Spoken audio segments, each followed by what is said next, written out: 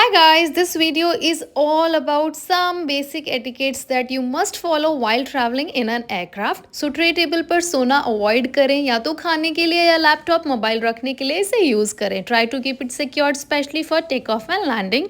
Seat back जितना आप right रखेंगे पीछे वाले इंसान के लिए उतना ही कन्वीनियंट होगा. सीट बेल्ट फास्टन रखना इज अ गुड प्रैक्टिस. चाहे टर्बुलेंस है या नहीं, अपना सामान हमेशा ऊपर बने ओवरहेड बिन में या सामने वाली सीट के नीचे ही रखें. Always keep the window shades open for take off and landing specially, क्योंकि आप इस टाइम ऐसा कुछ विटनेस कर सकते हैं जो शायद हमें गैली में बैठे बैठे ना दिखे.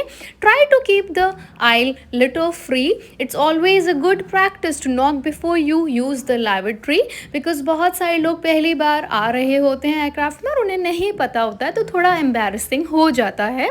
Always flush once you pee in the commode. This is where we keep the tissues, and always try to trash them in the trash bin. And this is how you use the tap. Soap is also there, and the aircraft is made in a way that your journey becomes more comfortable.